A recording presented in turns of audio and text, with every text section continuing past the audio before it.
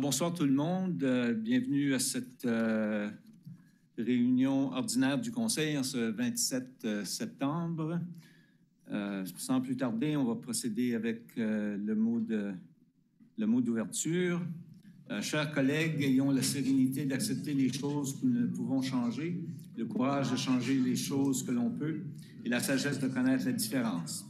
Alors, on appelle la réunion à l'ordre et on a une confirmation du quorum. Tout le monde est ici ce soir. Alors, déclaration de conflit d'intérêts. Est-ce qu'il y a eu des déclarations de conflit d'intérêts qui ont été soumises? Aucun. Alors, ceci étant dit, on va continuer avec l'adoption de l'ordre du jour, excepté un item, je crois qu'on se doit de retirer, M. Melançon. Oui, M. le maire, alors le point 11.1.1 et le point 11.1.2, on doit regarder de nouvelles informations. Alors, on va le retirer pour ce soir et l'apporter pour la prochaine réunion du 12 octobre prochain. L'item qui concernait le règlement sur la collecte et l'élimination des déchets, oui. Des ordures, c'est ça. Au niveau d'arrêtés municipaux. Merci. Alors, ceci étant dit, est-ce qu'on a M. Thibodeau qui propose qu'on accepte l'ordre du jour tel qu'il a été modifié, appuyé par le conseiller Lanteigne sur la question? Aucune question. Alors, ceux qui sont en faveur de la résolution signifiez-le par un oui. De l'avis contraire par un non. La résolution est adoptée telle que présentée et l'ordre du jour est accepté tel que modifié. Du côté, ça nous amène à l'item 7, présentation, requête et pétition.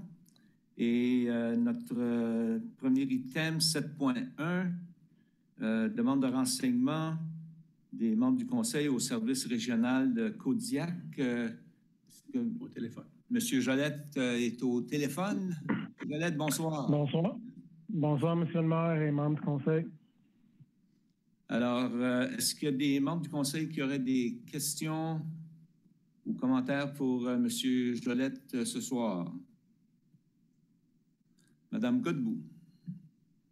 Merci. Une question tout simplement pour... je questionnais comment la rentrée scolaire s'est déroulée à l'intérieur de la ville avec les modifications et l'ajout des autobus, ces autres choses, la circulation, accidents autour de ces choses-là. Est-ce que ça s'est bien déroulé ou est-ce que vous aviez des commentaires à nous faire à cet égard?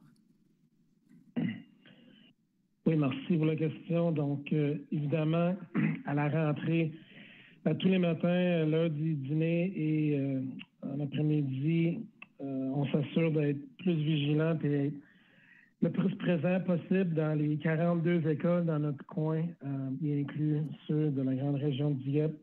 On a remarqué beaucoup de sourires des parents qui étaient contents de nous voir quand on a pu être dans les différents lieux.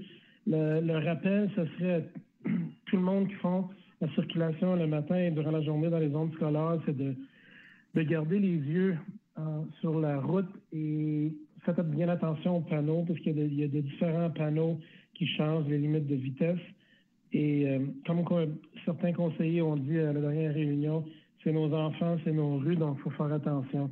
L'autre affaire que je voulais mentionner au sujet des écoles, c'est nos gendarmes qui font partie de l'équipe communautaire ont commencé à faire les tests de verrouillage dans toutes les écoles du Grand Moncton. Donc, vous avez peut-être déjà entendu parler, mais tous doivent être faits pour le 30 octobre, mais nous, on voulait le faire un mois à l'avance, donc on est bien parti sur cette aventure pour assurer que toutes les écoles sont prêtes et aussi que tous les enfants et les membres du personnel soient au courant des marches à suivre durant les verrouillages. Merci. Autre question des membres du Conseil?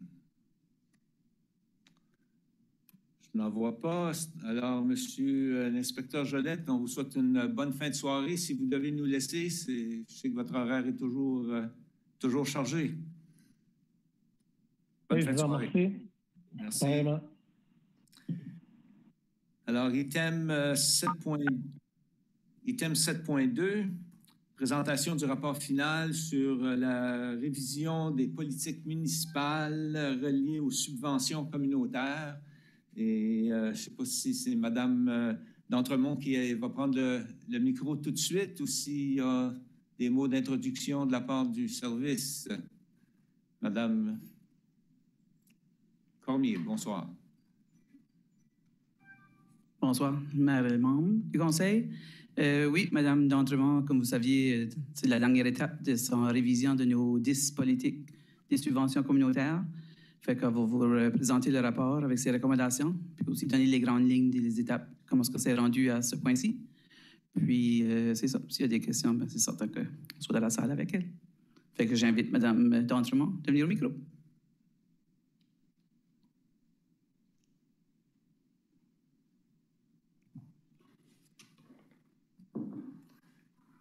Merci Mme D'Entremont et re-bienvenue au Conseil municipal de Dieppe. Merci, Monsieur le maire. Bonsoir. Bonsoir, les membres du Conseil. Donc, je suis ici ce soir pour vous présenter les grandes lignes de la démarche qui était la révision des politiques municipales concernant les politiques en termes de subventions communautaires. Donc, ça fait quelques mois que cette démarche-là est entreprise. D'entrée de jeu, j'aimerais souligner l'excellente collaboration que j'ai reçue de tous les employés avec lesquels je me suis entretenue. C'était fantastique. J'ai interviewé 8 employés, dont certains beaucoup plus qu'une fois. Donc, et c'était surtout par Zoom. Donc, c'était vraiment bien. Tous les employés m'ont donné leur entière collaboration. J'ai demandé des informations. J'avais des questions que je préparais pour eux autres. Et puis, ensuite, pendant l'entrevue, je leur posais d'autres questions. Ils ont été très honnêtes avec moi et la collaboration était excellente. Comme vous savez, je me suis entretenue avec vous aussi comme membre du Conseil. Et ça, c'était très intéressant. Un autre volet du projet, c'était d'examiner les politiques semblables dans d'autres municipalités et puis d'essayer de ressortir de tout ça les pratiques exemplaires en la matière. Et puis, donc, moi, sans plus tarder, je sais que vous avez le rapport et puis moi, j'aimerais vous parler surtout des constatations et des recommandations. Le reste, vous pouvez le lire à tête reposée. Mais les constatations, c'est surtout que vos politiques, il n'y a pas des gros problèmes. Le feu n'est pas pris là-dedans. Puis j'ai vraiment été chercher, là, y a-t-il des gros problèmes? Comment vous vivez ça, les employés? Malgré que j'ai tenté, là, il n'y a pas eu de réponse que ça allait mal. Là. Ça allait très, très bien. Donc, là, je me suis dit, bon, il n'y a pas de gros problèmes, mais examinons ces politiques-là. Une chose que j'ai constatée très tôt dans l'exercice, c'est que ces politiques-là ont vu le jour à différents moments. Puis comme c'est souvent le cas, des fois, on a une politique, puis là, il y a un autre défi qui se présente, puis on a le réflexe de vouloir adopter une toute nouvelle politique, puis parfois, c'est le temps qui nous manque. On aurait pu peut-être modifier une politique existante ou ajouter un volet à une politique, mais on a ajouté une autre politique. Donc, c'est pour ça peut-être que vous vous retrouvez avec tant de politiques. Puis, il y a quelques politiques qui se ressemblent et puis qui devraient probablement faire partie d'une politique. Donc, c'est un de mes constats. Les deux autres constats sur lesquels j'aimerais miser avec vous ce soir, puis c'est généralisé parmi la plupart des politiques, c'est que souvent, il y a un manque de critères clairs dans certaines politiques, pas toutes. Et puis aussi, lorsqu'on parle de la reddition de comptes, il y a quelques politiques que ça pourrait être bonifié. Donc, n'ayez pas peur de demander à vos organismes de vous fournir des comptes à rendre Il y a un paquet d'exemples là, dans les politiques des autres villes. On peut demander, par exemple, des rapports annuels, on peut demander des états financiers, on peut demander des listes de membres de leur conseil d'administration. Il y en a en masse, là, des choses qu'on peut demander. Et bien souvent, dans les politiques, on voit que la ville ou les villes se réservent le droit de demander aux organismes les comptes à rendre qu'ils veulent. Donc, on n'a pas besoin de nécessairement préciser A, B, C, D, une liste exhaustive de comptes à rendre. Vous pouvez procéder au cas par cas là, selon les circonstances. Donc, parmi les constatations, j'ai soulevé le besoin de simplifier les processus pour les demandeurs, pour le personnel et pour vous autres, pour les élus. Donc, plusieurs villes, on retrouve sur le site Web toute la politique. On retrouve des menus déroulants. Donc, si vous êtes un organisme, telle sorte d'organisme, allez là. On nous donne des options de politique ou de genre de demande qu'on peut faire parce qu'on fait partie d'un tel groupe d'organismes, etc. Donc, si vous pouviez rendre vos politiques un petit peu plus conviviales, surtout pour les demandeurs, mais en faisant ainsi, on réussit aussi à satisfaire à votre critère de transparence, donc dans vos valeurs, dans votre plan stratégique, ça irait rejoindre cette valeur-là. La nécessité d'harmoniser certaines politiques pour en faciliter l'accès. L'absence de critères clairement établis pour certaines politiques. Donc, dans certaines politiques, ça manque. La nécessité de développer un cadre servant à préciser le contenu des ententes avec divers organismes et institutions de la région afin de leur accorder des subventions. Donc, là, on parle des ententes que vous avez avec des organismes. Et ensuite, la considération d'un programme de subvention ou de financement par projet pour le secteur associatif. Donc, au lieu du financement de base, les employés m'ont dit à plusieurs reprises que ce serait bien de privilégier, pas nécessairement pas de financement de base, mais aussi d'aller plutôt vers un financement par projet. Et puis, c'était quelque chose que plusieurs employés ont soulevé. Donc, au terme du processus de révision, j'ai formulé 3 sortes de recommandations. Je les ai regroupées.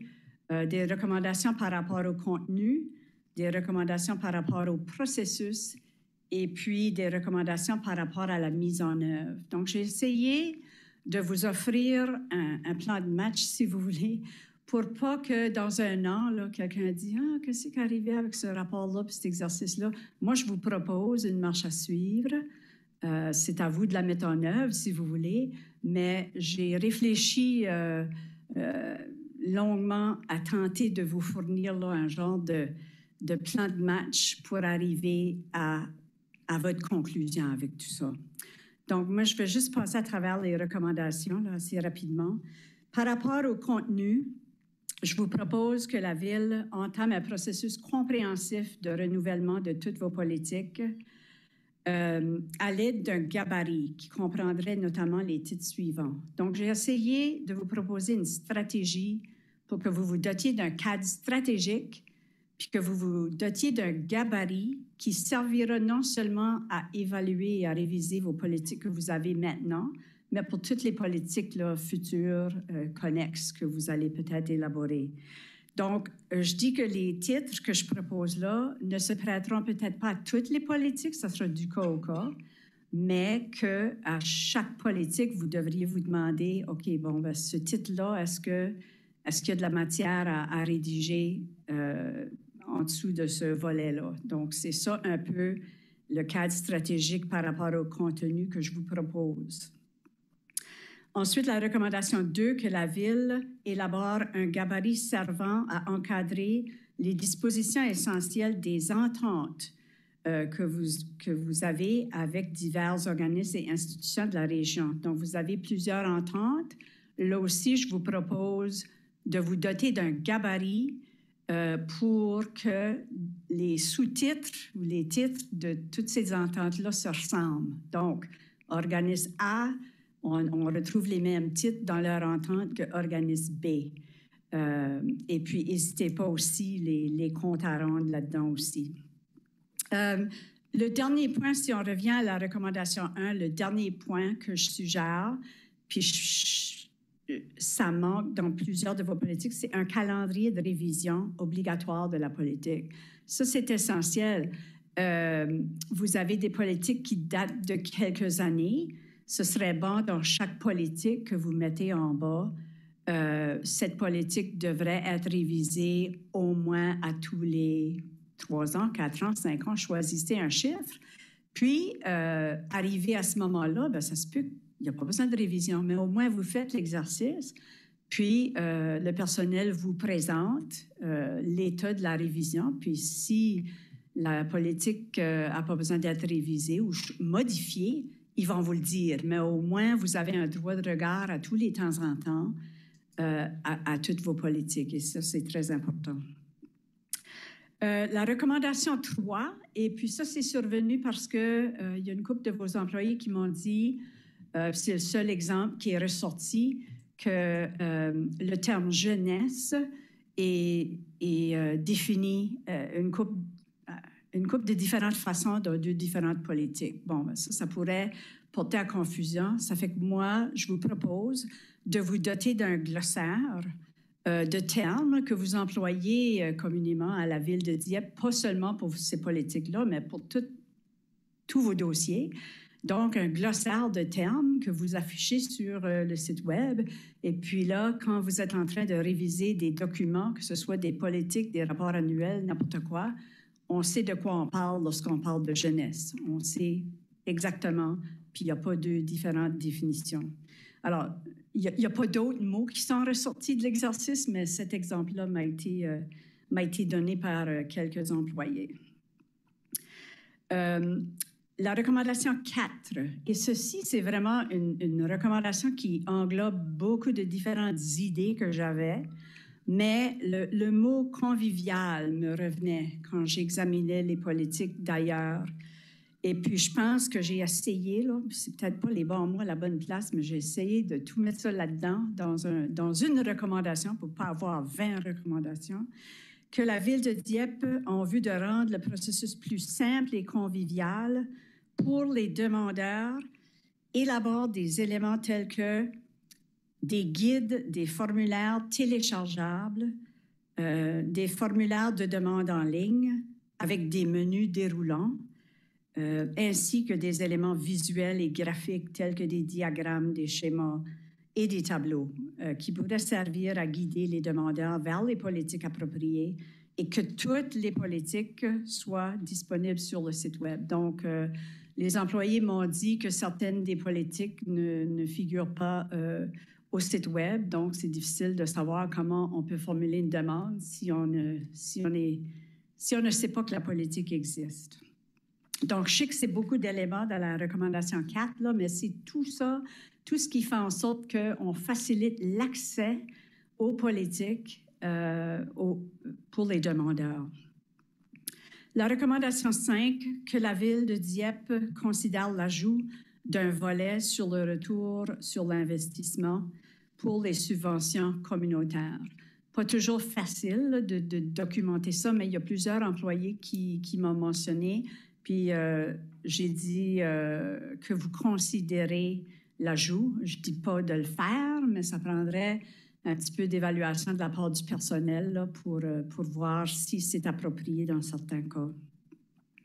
Que la Ville de Dieppe, la 6, donc, que la Ville de Dieppe considère un programme de subvention ou de financement par projet pour le secteur associatif afin de mieux mobiliser la communauté à travailler de concert avec la municipalité en lien avec les objectifs de la Ville. Donc, c'est là que vous faites le lien avec votre plan stratégique, vos valeurs et tout ça. 7, que la Ville de Dieppe, en vue de simplifier le processus pour les demandeurs, procède à une réduction du nombre des politiques en matière de subventions communautaires en privilégiant notamment l'harmonisation des 4 politiques suivantes.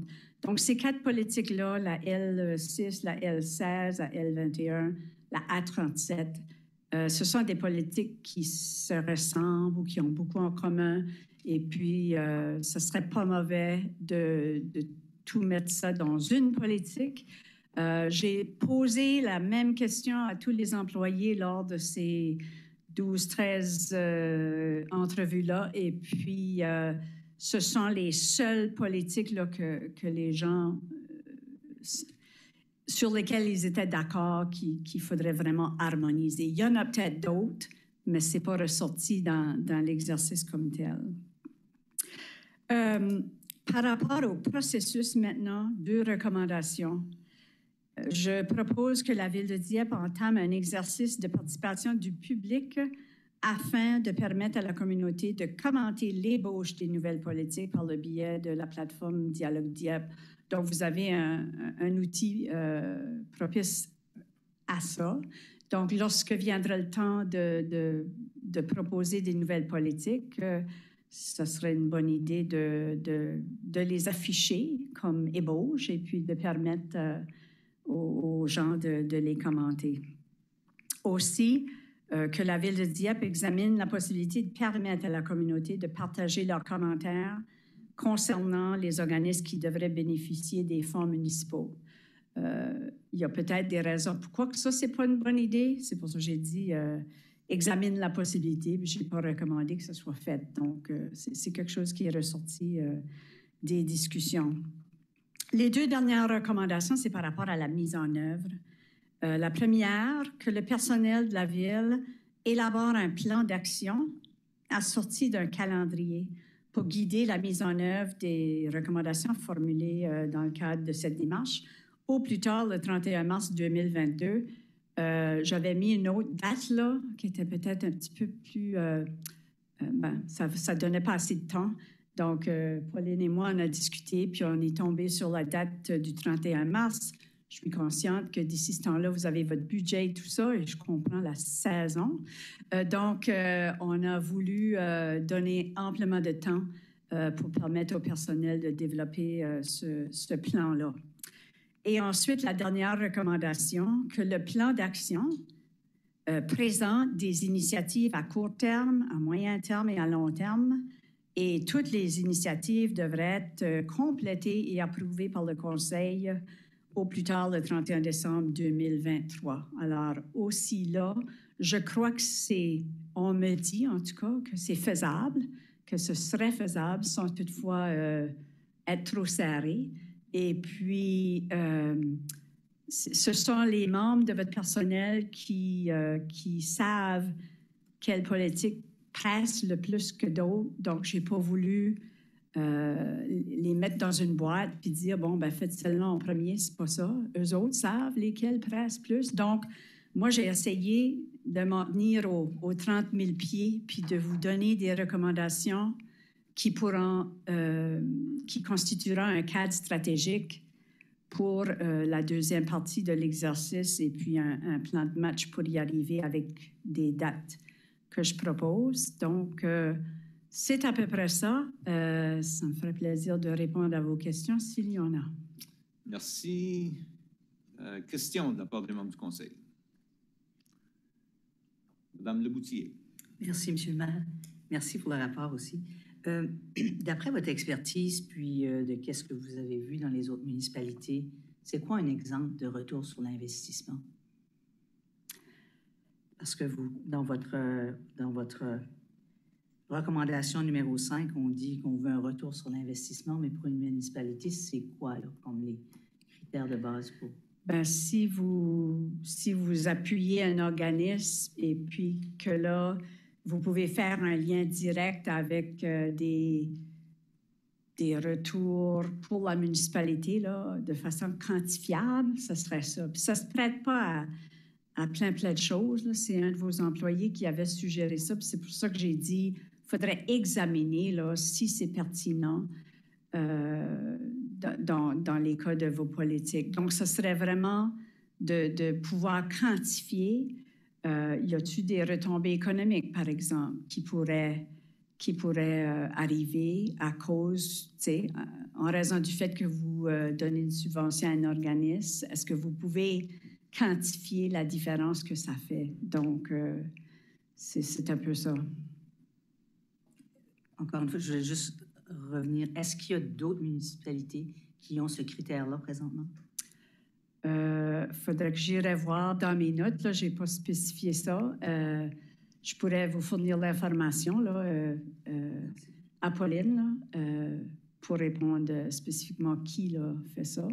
Mais ça, c'est une recommandation qui est venue d'un de vos employés. Donc, c'est peut-être quelqu'un dans votre personnel là, qui avait une idée de qu'est-ce qu'il voulait dire par ça. Mais j'irai voir là, si les municipalités que je peux identifier, puis je prépare de ça, Pauline. Merci beaucoup. OK. Oui, puis j'avais une question, c'était plutôt pour notre DG, si possible. Ça fait qu'avec le plan d'action qu'on vise et notre nouveau site Internet on est déjà En train de développer, oui. Oui. Est-ce qu'on est en ligne, justement, est-ce qu'on va être capable, avec ce gabarit-là, de faire la technologie puis faire l'implantation de ça en temps? Alors, j'ose croire que Mme Cormier a eu une conversation avec notre service de communication sur les besoins immédiats. Alors, le dialogue a pris place, puis alors je vois la tête nord-sud qui reflète que c'est oui. Alors, ça va être intégré avec notre site Web. Merci beaucoup. C'est tout, Mme Godbout. Merci pour le rapport. J'avais bien aimé la lecture. Les recommandations sont utiles, effectivement. Il y a une question que je ne crois pas avoir lu des commentaires dessus. Avez-vous eu l'occasion de vérifier si les décisions qui sont à prendre en raison des politiques sont bien alignées avec les responsabilités du poste à laquelle ils sont assignés? C'est-à-dire, en d'autres mots, y avait-tu dans nos politiques, en comparaison avec les autres municipalités, des places où ce qu'on pourrait peut-être permettre une plus grande délégation d'autorité à nos employés ou à d'autres places? Dans le sens, est-ce qu'on est en train de... Est-ce que le bon niveau de poste prend les bonnes décisions, les bonnes responsabilités? Est-ce qu'ils s'enlignent bien? As-tu vu des places dans l'intérieur de vos cadres de nos politiques où il y avait quelque chose qui peut-être divergeait de ce que d'autres municipalités font? Au début de l'exercice, là, il y a des employés qui me parlaient du fait que, bon, ben, cette équipe-là s'occupe de ces politiques-là, puis d'autres gens s'occupent de d'autres politiques et tout ça. Puis moi, j'ai dit au début, comme l'organigramme, puis qui s'occupe de quelle politique. Puis évidemment, Pauline s'occupe de beaucoup des politiques, puis les autres employés, chacun en a moins, là. Ça fait que moi, je ne me suis pas attardée à qui fait quoi par rapport à quelle politique. Ce n'était pas l'objectif de l'exercice.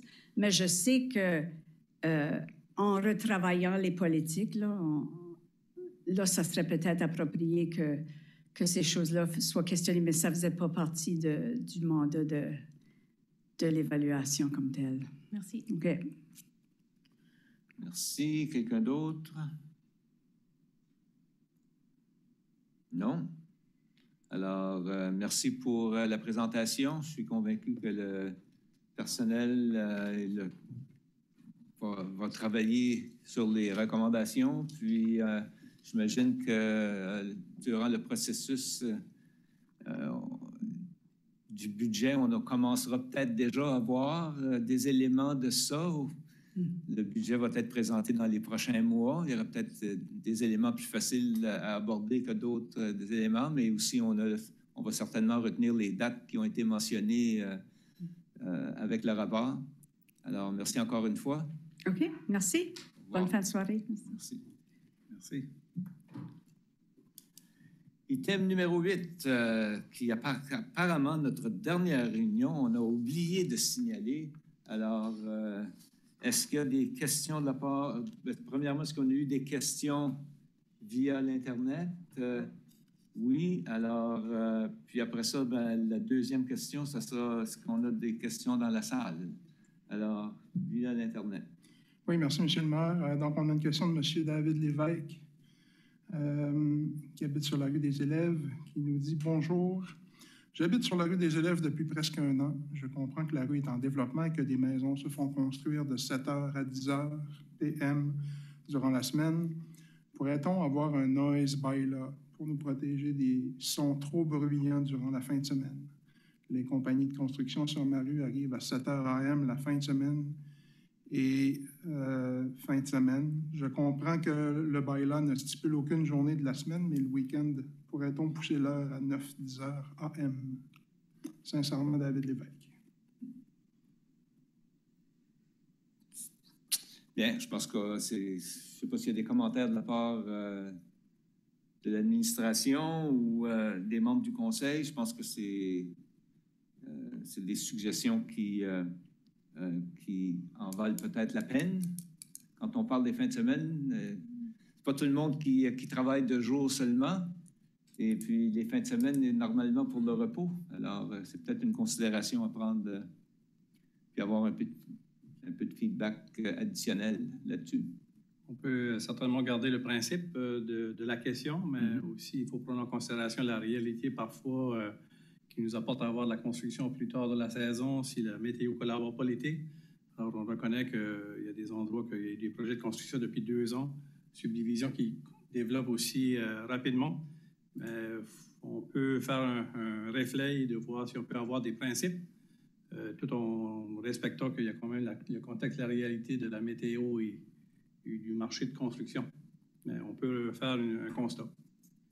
OK. Alors, au niveau du conseil, on s'attendra d'avoir une réponse dans les prochaines semaines là-dessus. Merci. Et maintenant, de notre cher public, notre vaste public. Bonsoir, Monsieur le maire, membre du conseil. Bonsoir, Monsieur Béliveau. Bonsoir, Paul Béliveau, résident de Dieppe. Il est le membre de l'administration également. 2 items. Le premier, à faire avec nos sentiers, qu'on apprécie grandement et dans lequel on utilise sur une base très régulière. 2 points là-dessus. C'est la vitesse des vélos. Je le sais que ça a été mentionné dans une publication que la Ville a remis, dans laquelle il est censé avoir une limite de 15 km. Ça se peut bien qu'il l'interprète 15 000 à l'heure, pas certain, parce qu'il y en a, ça trotte. Puis ensuite, la question des sonnettes, pour au moins nous avertir. Puis évidemment, on devrait être capable de manœuvrer sur le sentier pour les éviter. La première des questions, c'est vraiment la question de la vitesse sur les sentiers par les gens qui veulent faire l'exercice, mais ils sont ça parce que comme une piste d'entraînement. Alors, c'est ça ma première des questions. Y a-t-il quelque chose qui peut être considéré ou mis en application? M. Simard. Oui, merci, M. Béliveau, votre question. On est en train de réviser ces temps-ci l'arrêté sur les rues, les trottoirs, puis on va ajouter les sentiers aussi. Il y a des éléments de ce que vous avez nommé qu'on va retrouver dans notre projet d'arrêté modifié. OK. Et ça, on devrait-il le voir apparaître? Éventuellement, les vélos vont moins fabriquer au mois de décembre? Mais... Oui. D'ici décembre, ça devrait apparaître. Évidemment, il y a le défi par rapport au contrôle. Contrôler les vélos, courir après les vélos, on n'est pas équipé nécessairement pour ça. Donc, il y a certains éléments là, qui sont encore à vérifier par rapport à ça. OK, parce que je ne peux pas courir aussi vite qu'un vélo non plus. La deuxième question, M. le maire, c'est à faire avec qu'est-ce que j'avais cru comprendre, qu'il y avait la question que la province avait passé une loi qui approuvait maintenant l'utilisage ou l'usage des caméras à des intersections. C'est pour, évidemment, surveiller les fameux sauteurs de feu rouge, que je ne suis pas le seul, je suis sûr, dans la municipalité qui les voit à tous les jours. De savoir, est-ce que la municipalité est en train de le considérer? Est-ce que vous êtes en train de vous rendre à la conclusion? Est-ce que oui? Puis ça pourrait-il possiblement se voir le jour bientôt? Je vais prendre cette question-là parce que c'est un dossier qui est supporté par l'Association des cités du Nouveau-Brunswick et nous avons tout récemment demandé premièrement, on a supporté, c'est nous qui avons porté le sujet à la province. La province a indiqué qu'il y avait un intérêt de leur part. Par contre, c'est le plus loin qu'ils ont été à date. Alors, durant notre réunion annuelle de l'Association des cités qui est prévue dans 2 semaines, je crois, à Fredericton. Évidemment, ça ressemble comme si ça va être plutôt modèle virtuel, mais c'est un des sujets qui est à l'ordre du jour. D'ailleurs, le sous-ministre responsable du dossier va faire une présentation à l'Association des cités. Évidemment, les questions évidentes qui se posent, c'est la question qui paye pourquoi et qui bénéficie. Alors, si le fardeau va aux municipalités,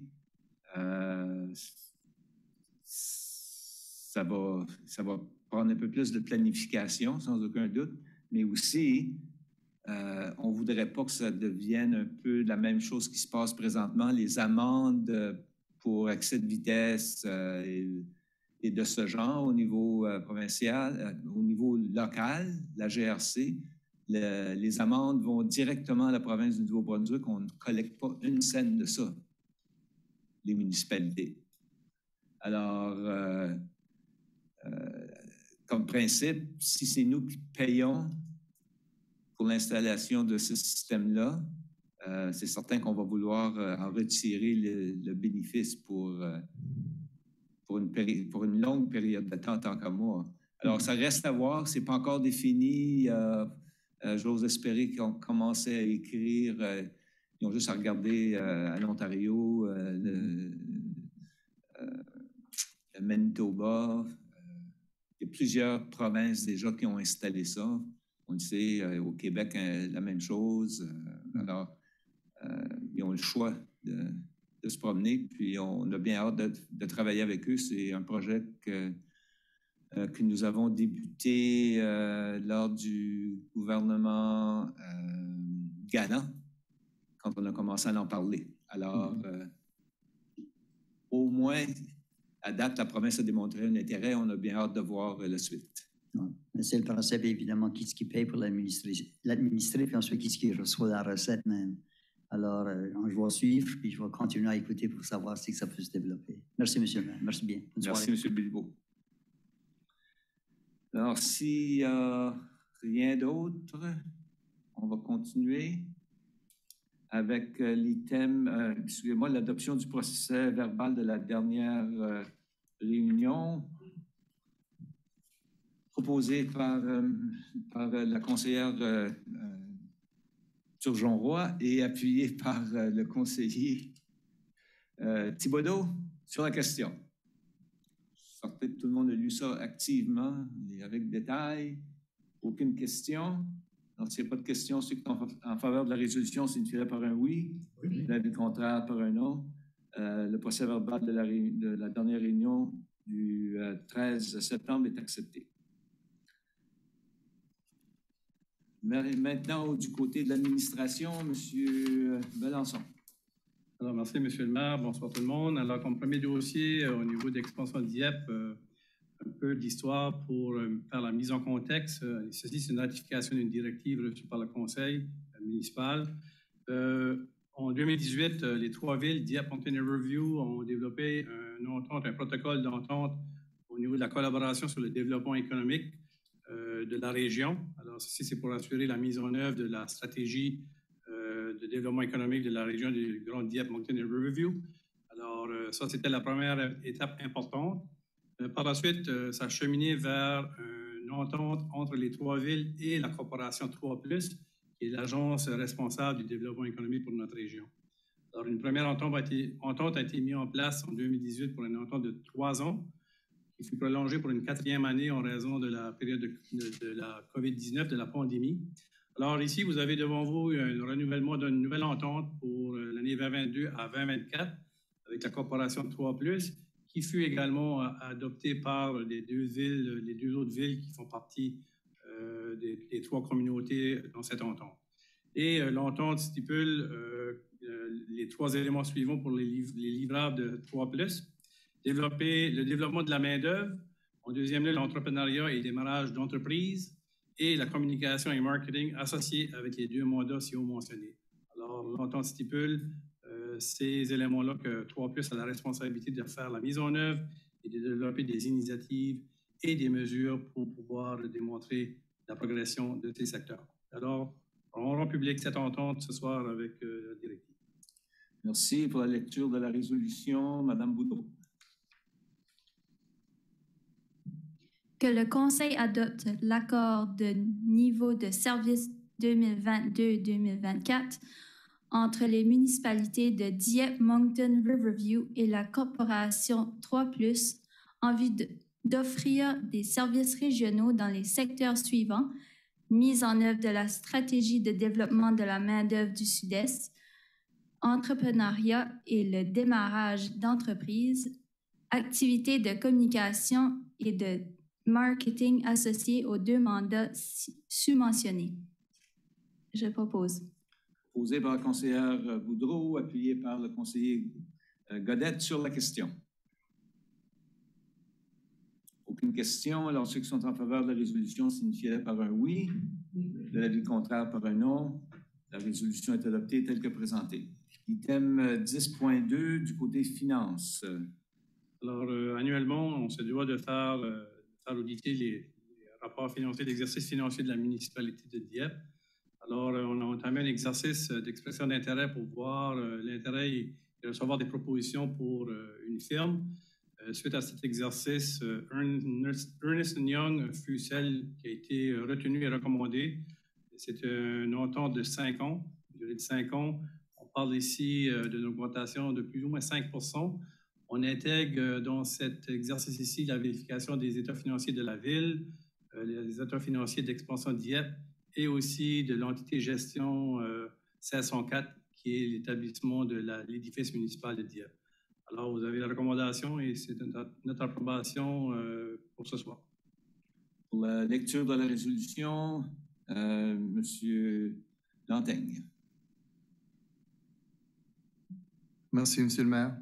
Que le Conseil nomme la firme Ernst & Young à titre d'auditeur de la Ville de Dieppe pour les exercices financiers se terminant le 31 décembre 2021 jusqu'au 31 décembre 2025 et autorise que cette dépense, évaluée entre 50 000 et 56 000 $ plus TVH par année, soit prélevée sur le compte numéro 1-2-20-26-2255, budget de fonctionnement général, vérification externe. J'en fais la proposition, M. le maire. Alors, proposé par le conseiller Lantaigne, appuyé par le conseiller Thibodeau sur la question.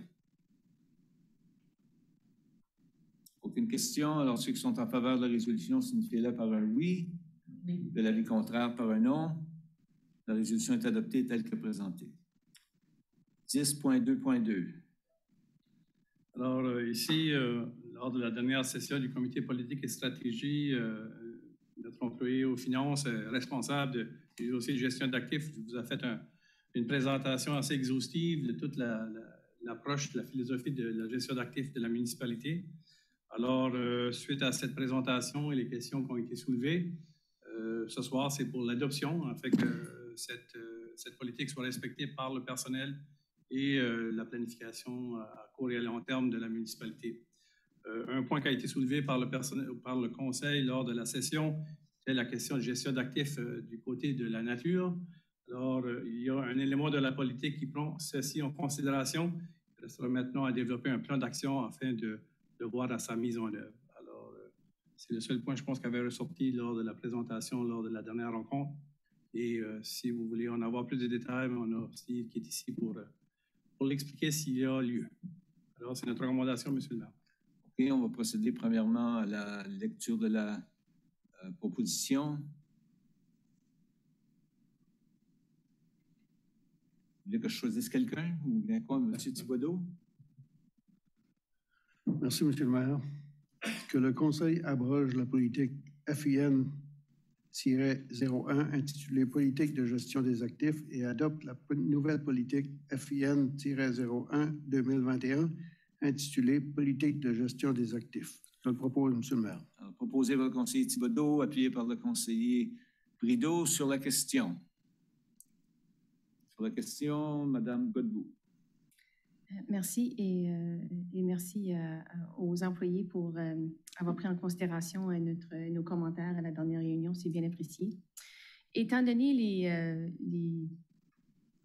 les modifications qui pourraient avoir besoin d'avoir dans la politique, je me demande si ce serait plutôt approprié de déjà prévoir qu'on reverrait la politique dans 1 an plutôt que dans 4 ans. Je sais qu'on dit « et au besoin », là, mais je ne veux pas perdre cette idée-là qu'il va falloir qu'on la revisite, je pense, parce qu'on a des je pense que le Conseil a indiqué qu'on aimerait avoir des modifications à être faites, des ajouts à être faits. On veut donner le temps aux employés de pouvoir le regarder. Ça, c'est certain. Et puis, on apprécie l'expertise qu'ils vont apporter. Mais à la fin, on ajoute une modification qui dit que cette politique sera révisée tous les 4 ans. J'aimerais proposer, Monsieur le maire, une modification, c'est-à-dire à la résolution, à dire qu'on approuve tel que modifié pour que ce soit révisé dans 1 an. C'est que ça se revienne au Conseil dans 1 an pour qu'on puisse donner de la rétroaction après avoir eu 1 an et qu'on ait développé nos choses. Ça serait ma proposition, Alors, Monsieur le maire. proposition d'amendement par la conseillère Godbout. Est-ce qu'il y a quelqu'un pour appuyer? Appuyé par la conseillère Turgeon-Roy. Alors, vous êtes prêts pour la question? Ou est-ce qu'il y a des... Juste la modification. D'autres... Sur la question, Mme Leboutier. Merci beaucoup. C'était plus une question d'information parce que lorsqu'on lit la politique comme telle, il y a beaucoup de... C'est très qualitatif. Fait que, est-ce qu'il y a un temps qu'on va venir où les systèmes de contrôle vont être en place pour, excusez-moi en anglicisme, triggerer, comme un genre de terme de ratio qu'on va avoir dans notre politique de gestion d'actifs pour tel que ça soit un peu dans du système comptable, est-ce qu'on retrouve sur l'immobilier tel pourcentage qu'on va avoir, est-ce qu'on c'est ce qu'on vise à long terme dans cette politique? OK. Merci pour la question. Je vais revenir peut-être à la question de Mme Godbout en premier. La politique, c'est plus un document comme à 30 000 pieds, un peu comme l'exemple que Mme disait tantôt. C'est plus pour que le Conseil adhère au principe de gestion des actifs. Ça prend que le Conseil prend en considération la gestion des actifs dans ses décisions. On a quand même un autre document qui s'appelle la stratégie de la gestion des actifs, qui n'est pas approuvé par une politique au Conseil, mais qui est plus la feuille de route de qu'est-ce qu'on va faire dans la prochaine année, les prochains 3 ans, les prochains 5 ans, les prochains 20 ans. Puis c'est peut-être dans la stratégie, il faudrait peut-être plus de détails et indiquer qu'est-ce qu'on va faire avec les actifs naturels et les autres catégories d'actifs aussi. Faisant ensuite à la question de Mme Leboutier, les pourcentages, oui, pourraient faire partie également de la stratégie, mais également du plan financier à long terme qui est déjà créé, mais qui pourrait être modifié aussi. Il faudra avoir peut-être des exemples d'autres municipalités, parce que je sais que vous avez posé la question à la dernière réunion aussi, de quel pourcentage, j'oublie exactement quoi c'était là. Mais selon moi, la politique telle qu'elle, comme je dis, c'est en gros que le Conseil adhère à la gestion des actifs, mais la stratégie pourrait vous être présentée également. Elle est disponible, mais elle peut être modifiée. On a un comité de gestion des actifs qu'on doit se rencontrer à quelques occasions durant l'année et on travaille sur la stratégie. Bien, je trouve que c'est très bien exactement. Je pense qu'en travaillant sur la stratégie, on a donné certaines directions d'où ce qu'on avance. En regardant la stratégie, ça va vous donner l'occasion de voir si effectivement vous avez tout ce que vous avez besoin dans cette politique. Vous pouvez nous revenir s'il y a des modifications qui seraient requises dans la prochaine année pour qu'on puisse vous donner la direction que vous avez pour que ce document-là de stratégie soit utile pour vous autres. Ça serait de valeur de poursuivre une stratégie puis arriver ici puis voir que ce n'est pas conforme à ce qu'on voulait. Fait. Je pense qu'on pourrait, dans 1 an, vous donner encore plus de direction sur cette politique-ci pour vous accompagner. C'est bien. Alors, pour la proposition d'amendement, ceux qui sont en faveur signifient par un oui. Oui. Le contraire par un non. Alors, l'amendement est accepté. Et nous allons procéder maintenant avec la résolution telle qu'elle a été amendée. Alors, pour cette proposition, est-ce qu'on va faire cette proposition?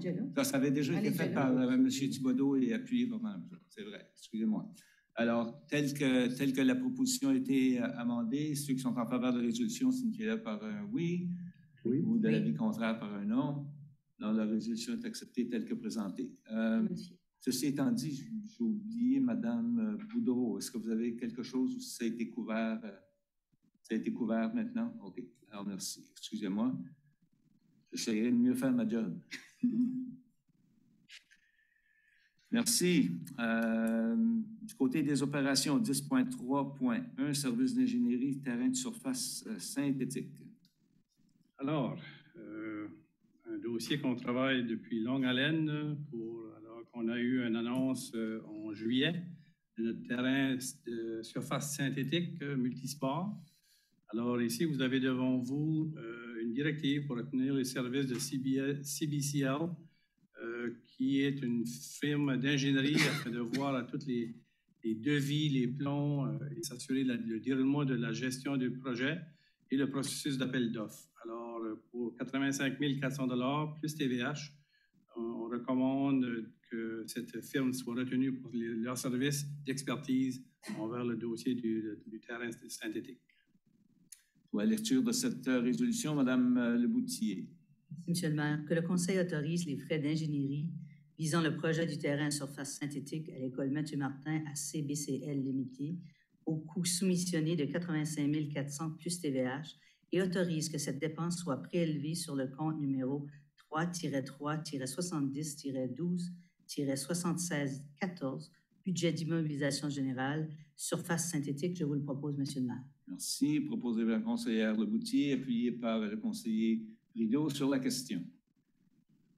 Sur la question, Mme Turgeon-Roy. J'ai une question, puis je pense que je connais la réponse, mais c'est plus pour les gens du public. La surface synthétique, est-ce qu'il va avoir un toit? Y a-t-il un dôme de prévu? Non. OK.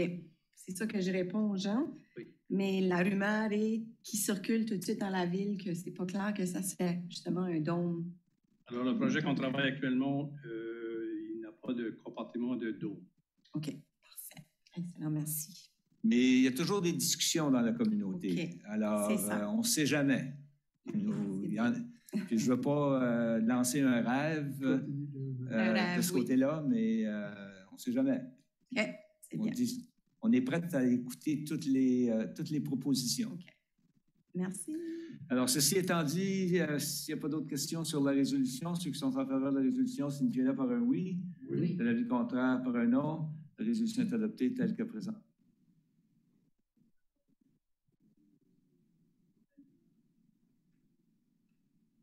J'ai éteint un micro de trop, excusez-moi. Peut-être celui-là que les gens voudraient qu'il soit muet plus souvent. D'ailleurs, ceci étant dit, ça nous amène aux recommandations du CCU, 10.4, planification et développement. Monsieur Melançon, j'ai aussi étudié. Peut-être aussi un autre micro qui pourrait rester fermé, on ne sait pas. Alors ici, c'est un dossier qui a fait surface au Conseil à quelques reprises, au CCU également. Alors, vous avez devant vous une recommandation du CCU pour la modification des conditions à l'arrêté de zonage Z841.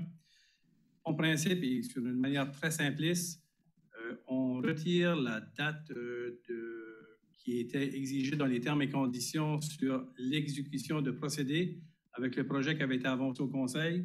Alors, les termes et conditions restent exactement comme ils ont été développés. Les résidents ont été consultés encore et tout le monde est confiant et confortable avec ce qui a été avancé. Le seul élément qui reste et qui est modifié, je sais qu'il y a trois éléments qui sont énumérés, mais l'élément plus important, c'est la date de butoir qui a été retirée. Alors, les termes et conditions restent à tout jamais jusqu'à ce qu'il y ait un projet ou si quelqu'un nous revient avec une demande de rezonage. Alors, M.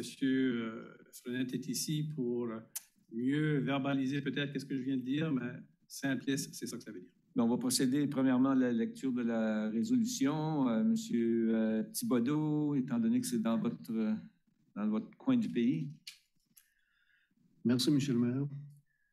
Que le Conseil abroge la résolution suivante. Résolution adoptée le 23 février 2015 intitulée « Projet de rezonage boulevard Dieppe, rue Yvonne, Croissant-Valmont, NID 705-02786, portion 704-98241, 704-98258 et 705-02216, termes et conditions.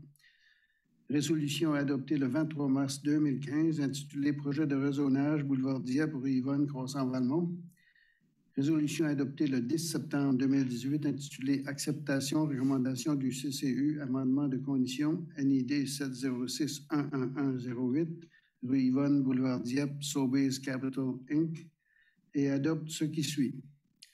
Que le Conseil accepte la recommandation formulée le 15 septembre 2021 par le Comité consultatif en matière d'urbanisme visant une demande de modification des modalités numéros 4 et 5 associées à l'arrêté Z-8-41, enregistré au bureau d'enregistrement sous le numéro 347-04115 le 26 mars 2015 et relatif au terrain portant le NID 706-11108.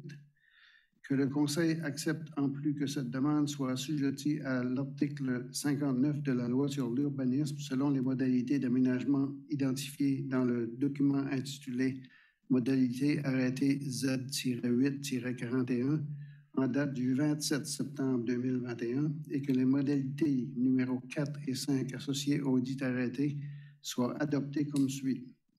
Que le bâtiment A, démontré sur le plan de site intitulé Commercial Retail Development Dieppe, New Brunswick, en date du 23 mars 2016, doit compter un minimum de 180 mètres carrés, 45 000 pieds carrés d'air brut de plancher et doit être aménagé tel qu'illustré sur le dit plan du site.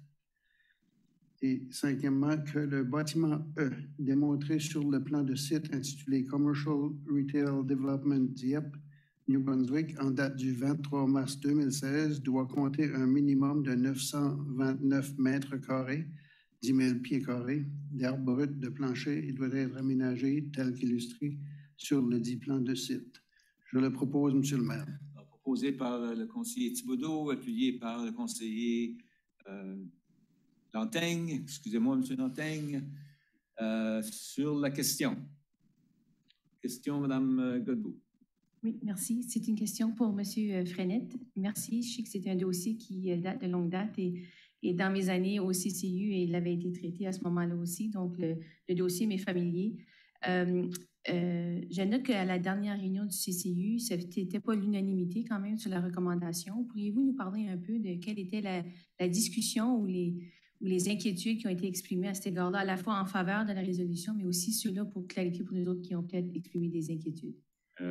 Oui, merci pour la question. Merci, M. le maire, Mme Godbout. C'est vraiment une question procédurale. C'est une erreur qu'on a fait. On a envoyé le mauvais paquet aux membres du CCU. Puis lors de la soirée, malgré le fait qu'on a changé le paquet, on a présenté la bonne version, on a un membre qui ne se sentait pas confortable à voter sur le paquet qui avait été modifié, qui a quand même été là, modifié à la réunion même. Là, on s'est aperçu que ce n'était pas le bon paquet qui avait été envoyé aux membres. Peux-tu me confirmer que les erreurs procédurales ou autre chose, c'est envers des membres du CCU et non pas envers des membres du public? Dans le sens, Oui, parce que les lettres envoyées aux voisins, on informe seulement de la procédure. On informe seulement qu'il y a une réunion la soirée même. S'ils ont des questions, commentaires, ils peuvent nous appeler. Ça fait le cas comme tel est seulement présenté aux membres du CCU. Merci. Merci. D'autres questions, Mme Leboutier? Ce qu'on dit, je veux bien comprendre, fait qu'on enlève la date, qui veut dire que ce propriétaire-là, si dans 15 ans, il n'a pas encore construit, il a encore accès à ce terrain-là. Ma question qui relève, mon autre question, c'est est-ce qu'on a beaucoup d'autres terrains sur le boulevard Dieppe qu'on impose des dates?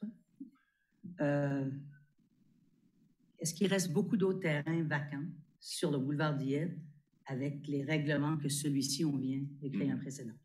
Je peux répondre facilement à votre question, Mme Leboutier. C'est le seul cas, c'est le seul projet d'arrêté où on avait imposé une date à l'époque. parce qu'il y avait énormément d'opposition. On voulait juste s'assurer que ça soit fait dans les normes à l'époque. Puis on avait aussi beaucoup de pression. Ça fait pour éviter de la spéculation à l'époque, on avait imposé une date, mais on voit là, depuis 2015, là, le projet n'a toujours pas été de l'avant. C'est le seul projet d'arrêté qu'on a imposé une date. Là. Il n'y en a aucun autre là, sur le territoire, pas seulement sur le boulevard Dieppe, mais sur l'ensemble de la municipalité. OK, merci beaucoup. Rien. Merci. S'il n'y a pas d'autres questions, ceux qui sont en faveur de la résolution signifient-le par un oui, ou de l'avis contraire par un non. La résolution est adoptée telle que présentée. 11.2, arrêté C32. Alors, vous avez devant vous une parcelle de terre qui était une rue publique.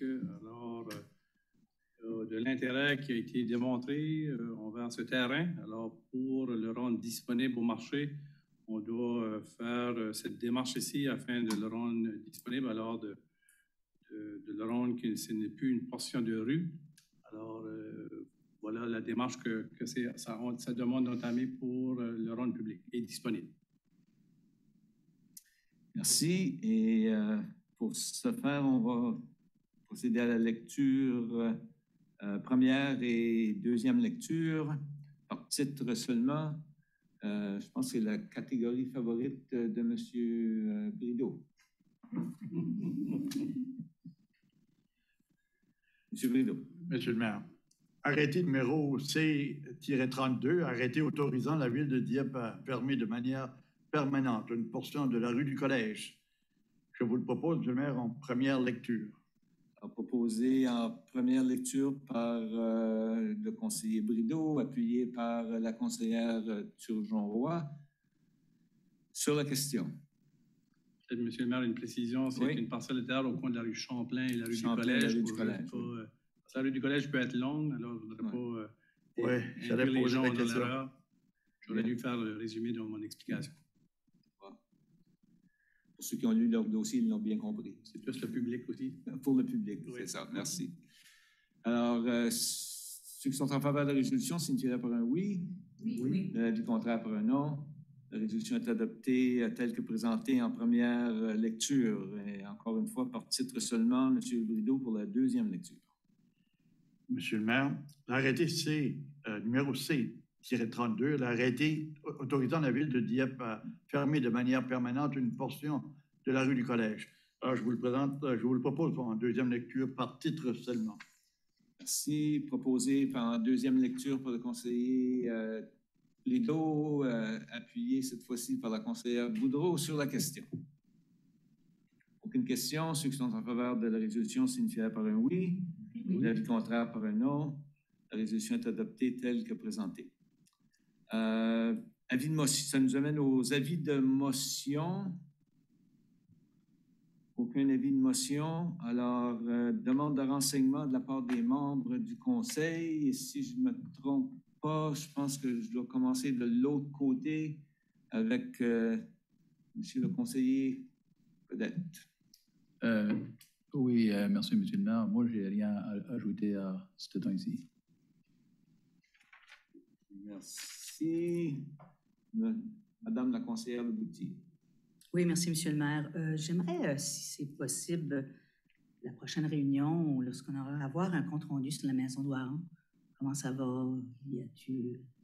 Ce serait bien d'avoir un suivi sur notre nouvel édifice historique. Peut-être ça cadrerait bien aussi dans notre troisième réunion du troisième lundi du mois. Réunion d'information et de... Au mois de novembre. Oui. Merci beaucoup. L'autre chose, c'est je me demandais avec maintenant qu'on vient d'annoncer depuis vendredi, est-ce qu'on est confiant qu'on a les ressources nécessaires aussi pour embarquer dans cette quatrième vague de COVID-là et puis comment ça va avec les infrastructures, etc.? Oui, alors comme toutes les municipalités et tous les organismes, même le secteur privé, on doit encore s'ajuster avec cette quatrième vague qui frappe quand même assez fort au Nouveau-Brunswick. Alors, depuis mercredi, le port de masque est obligatoire à l'intérieur de nos installations récréatives. On a pris les moyens, les précautions d'avoir des ressources pour pouvoir nous accompagner. Alors, on a des employés permanents, on a des employés occasionnels et aussi on a retenu les services d'une firme de sécurité pour nous accompagner au niveau de tous les points d'accès de certains de nos édifices. Alors, je pense qu'on est bien outillé, le personnel avec l'équipe à Raymond Bourque du secteur opérationnel a tout mis en place pour assurer la sécurité des gens et le respect de cette nouvelle directive de la province. Merci beaucoup.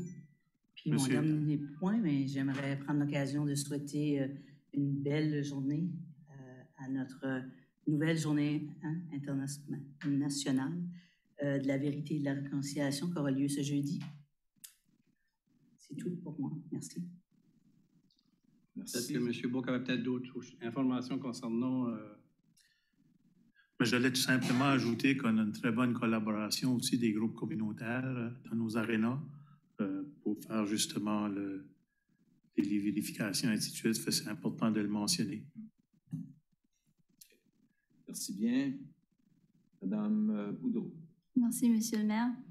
J'aimerais commencer par féliciter la cohorte de la formation les essentiels en affaires pour les immigrants qui ont reçu leur diplôme lors de la cérémonie et activité de réseautage avec la corporation 3+, de Hive La Ruche, qui a eu lieu le vendredi 17 septembre. Ces nouveaux diplômés ont reçu l'essentiel pour débuter leurs entreprises et contribuer au développement économique de notre région. L'événement fut fort agréable et bravo aux organisateurs. J'aimerais rappeler à la population que le projet pilote de transport à la demande les samedis et dimanches a toujours lieu. C'est un transport gratuit, personnalisé et qui ne fait que s'améliorer avec l'expertise des gens qui l'opèrent. J'ai eu l'occasion de le tester ce week-end et j'ai reçu un excellent service. Je lance un bonjour au chauffeur qui connaît très bien la circulation et ses circuits pour éviter les achalandages. Merci à Luc Richard qui travaille très bien le week-end pour s'assurer que tout se passe bien en coulisses. Et je vous encourage à l'utiliser pour réduire nos émissions de carbone et augmenter éventuellement nos services avec le plus de gens qui l'utiliseront. C'est très facile, il suffit de télécharger l'application Blaze, visiter la page web ou même de réserver par téléphone. Je vous encourage aussi à utiliser le transport en commun en semaine. Pourquoi pas l'utiliser une fois par semaine pour commencer, pour prendre l'habitude. Et puis, je vous invite ce jeudi pour la Journée nationale de la vérité et de la réconciliation à prendre un temps pour réfléchir, écouter les leaders autochtones, ce qu'ils ont à nous dire et faire la lecture sur le sujet, comme les documents de la Commission et de la vérité et réconciliation du Canada. Vous pouvez également suivre Dialogue NB qui préparera diverses ressources et qui partagera sur les réseaux sociaux pour accompagner nos réflexions. Merci. Thank you. Willawin. Merci bien. Monsieur le conseiller Brideau. Merci, Monsieur le maire. Juste un point que j'aimerais d'amener, c'est des plaintes que j'ai reçues récemment dont je n'ai pas officialisé encore. J'en ai parlé avec notre directeur général. C'est concernant les terrains vacants je sais qu'on en a beaucoup en ville, mais auxquels les voisins de ces terrains-là se plaignent parce qu'il n'y a absolument aucune maintenance. La ville, on a pour guide, si vous voulez, qu'on ne fait pas on ne peut pas les gazons des terrains vacants. Est-ce qu'il n'y a pas une manière ou une possibilité que dans le futur, qu'on arrive à une politique là-dessus pour obliger les gens qui ont des terrains vacants, qui n'ont aucune propriété dessus, mais que les gazons soient maintenus au même titre qu'on demande à nos résidents réguliers de garder nos propriétés propres, nos gazons. Vous voyez ce que je veux dire, là? Y a-t-il quelque chose qu'on pourrait réaliser à ce point-ci, là, dans les années à venir, qu'on peut mettre un genre de plan d'action, que les gens qui ont des terrains soient avisés qu'ils ont des choses, ils ont des responsabilités pour eux autres, mais aussi pour nos voisins. Monsieur Melançon. Alors, actuellement, les terrains non habités, les gens n'ont pas besoin de faire l'entretien. C'est les terrains qui sont habités que les gens ont la responsabilité de faire l'entretien de la coupe de gazon. Alors, on a un arrêté qui stipule la hauteur maximale qui est permise. Alors, d'attaquer ou de légiférer une telle action pourrait être très lourd parce qu'on parle de tous les terrains vacants dans la municipalité. Alors, que ce soit dans un endroit plus urbain ou plus rural, les façades de rue avec un terrain vacant, c'est tous vacant.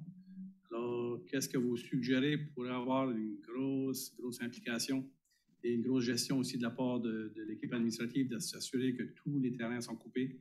Et ensuite, c'est quoi la profondeur qui devrait... Alors, c'est une grosse question, puis je comprends qu'il y a des endroits plus centre-ville qui sont laissés vacants et le gazon et du foin et des arbustes. C'est une grosse question. J'ai juste une petite suggestion, peut-être comique, mais si on leur envoyait une facture à quelques reprises, peut-être que ces gens-là prendront en main leurs responsabilités et puis qu'on puisse garder notre ville propre. Vous savez, tous les printemps, on a eu encore cette année des enfants des groupes scolaires qui ont fait le nettoyage de notre ville, dans les rues. Il semble qu'on laisse les gens avec des terrains vacants faire ce qu'ils veulent ou les laisser gazant pousser 1 pied, 2 pieds haut. Il y a quelque chose à faire ici, là. C'est la volonté du Conseil de regarder quelque chose de cette ampleur-là. On pourra certainement vous présenter un dossier, de vous démontrer de quoi l'ampleur on parle de. Et ce sera au Conseil à voir si vous dirigez l'administration à procéder.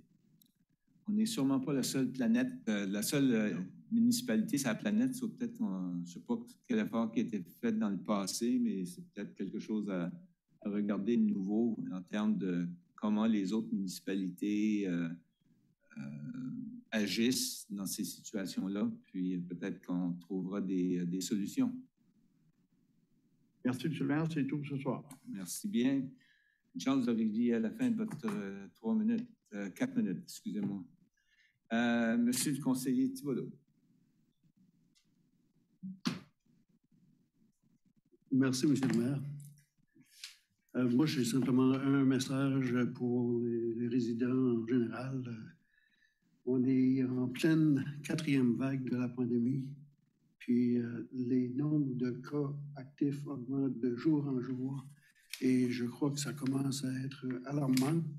Et je demanderais à tous les gens de s'assurer de porter un masque lorsque nécessaire, se laver les mains et surtout, allez vous faire vacciner. Alors, je pense qu'il y a encore des cliniques sans rendez-vous qui se donnent. Il y a même le 3e vaccin qui est un rappel qu'ils ont commencé à donner. Alors, je pense qu'il n'y a pas de raison pourquoi les gens n'iraient pas se protéger puis protéger leurs amis, leurs familles. C'est tout, M. le maire. Merci. Madame la conseillère Josée Turgeon-Roy, excusez-moi. Merci, M. le maire. Juste une annonce ou un point d'information. On va entamer prochainement les délibérations budgétaires le mois prochain pour l'année 2022. Donc, comme citoyens, les gens sont invités à participer et d'en apprendre davantage sur les divers services que vous allez obtenir pour chaque dollar que vous payez pour les impôts fonciers. Quelque chose que je ne savais pas avant comme étant citoyenne, mais ces délibérations-là sont diffusées directement via la chaîne YouTube de la municipalité. Donc, je vous invite à participer. Les dates sont dans le DIEP Mag. Ça fait que si vous voulez savoir où ce que vos sous vont, puis aussi savoir c'est quoi les projets qui s'en viennent dans la prochaine année, bien, ça serait intéressant de voir qu'est-ce qui va se passer durant ces délibérations-là. C'est la seule chose que j'avais à dire. Merci. Bonne semaine. Merci. Madame Godbout. Merci, Monsieur le maire. Pour les membres du Conseil et du public, depuis notre dernière réunion du Conseil, j'ai participé aux réunions et activités suivantes que je pense qui pourraient vous intéresser. Il y avait la réunion mensuelle de l'Association multiculturelle du Grand Moncton, aussi connue comme MAGMA. Ils ont noté que les activités du festival Mosaïque sont encore en voie de développement et il y a encore espoir que malgré les défis de COVID, un festival aura lieu, même si avec des modifications. Alors ça, c'est intéressant. Et je voulais signaler l'excellent travail qu'ils font pour la préparation à l'accueil des migrants de l'Afghanistan. Et je remercie toutes les familles de Dieppe qui ont contribué à la collecte de biens et de matériaux que ça prend pour accueillir ces potentiellement 400 à 600 individus ici à Moncton dans les prochains mois. J'ai aussi participé la semaine dernière avec notre maire à la réunion annuelle de CAFI, le Centre d'accueil et d'accompagnement francophone pour les immigrants.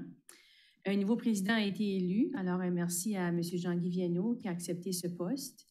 La Ville de Dieppe est heureuse d'accueillir cette organisation à Dieppe ici dans cette dernière année et on a bien hâte de collaborer avec eux. Le bilan des activités de l'année a été présenté à l'AGA et c'était absolument impressionnant le travail qui est fait. J'invite donc les citoyens de Dieppe à continuer votre accueil chaleureux des immigrants et j'ai hâte de voir les activités qui viendront dans les prochaines semaines, d'y contribuer et de vous en informer aussi. Mon prochain point, c'est sur un que j'ai déjà abordé, c'est-à-dire le sujet des 100 femmes qui se soucient, 100 Women Who Care, je l'ai mentionné dans le passé. Je rappelle que c'est un groupe de femmes qui collaborent pour choisir des organisations qui vont être nominées en avance pour recevoir des dons. Je note encore qu'il y a très peu d'organismes de Dieppe qui sont soumis comme candidature pour recevoir des dons.